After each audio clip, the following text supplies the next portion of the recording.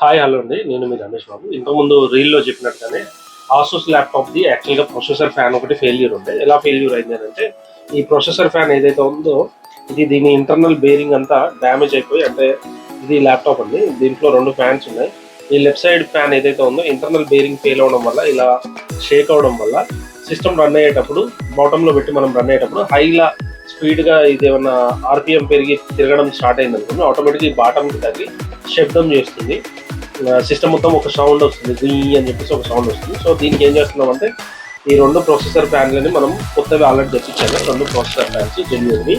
So ఇవి నేను వాటి ప్లేస్లో రీప్లేస్ చేస్తున్నాను. ఎలా రీప్లేస్ చేస్తున్నా అంటే, జనరల్గా ల్యాప్టాప్ ఓపెన్ చేసిన తర్వాత ప్రొసెసర్ హీట్ సింక్ ఏదైతే ఉందో ఇది రిమూవ్ చేసేస్తున్నాను. హీట్ సింక్కి సంబంధించిన 4 స్క్రూస్ మొత్తం తీసేసి, సో ఇది హీట్ సింక్.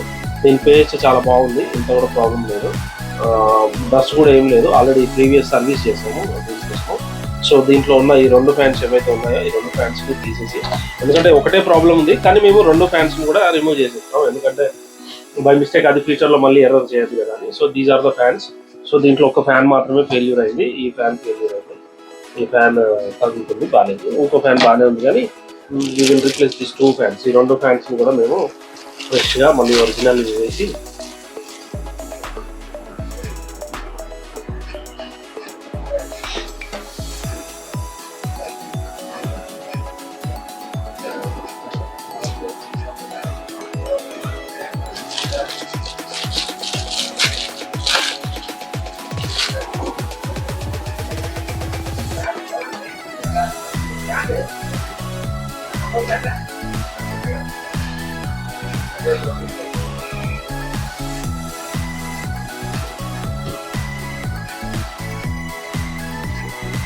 మళ్ళీ ఈ స్క్రూస్ అన్నీ కూడా ఎలా తీసామో అలాగా మళ్ళీ కూర్చోబెట్టేసి ఒకసారి ఆన్ చేసి మీకు పూర్తి రివ్యూ ఇస్తాం.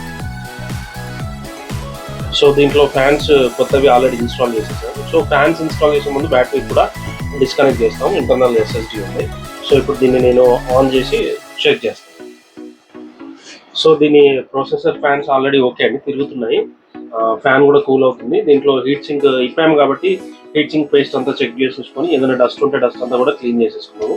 ఎవ్రీథింగ్ ఓకే అండి. ఇప్పుడు ప్రొసెసర్ ఫ్యాన్ ఎలాంటి శబ్దం లేదు, 2 ఫ్యాన్స్ కూడా ప్రాపర్గా తిరుగుతున్నాయి. సో ఇది.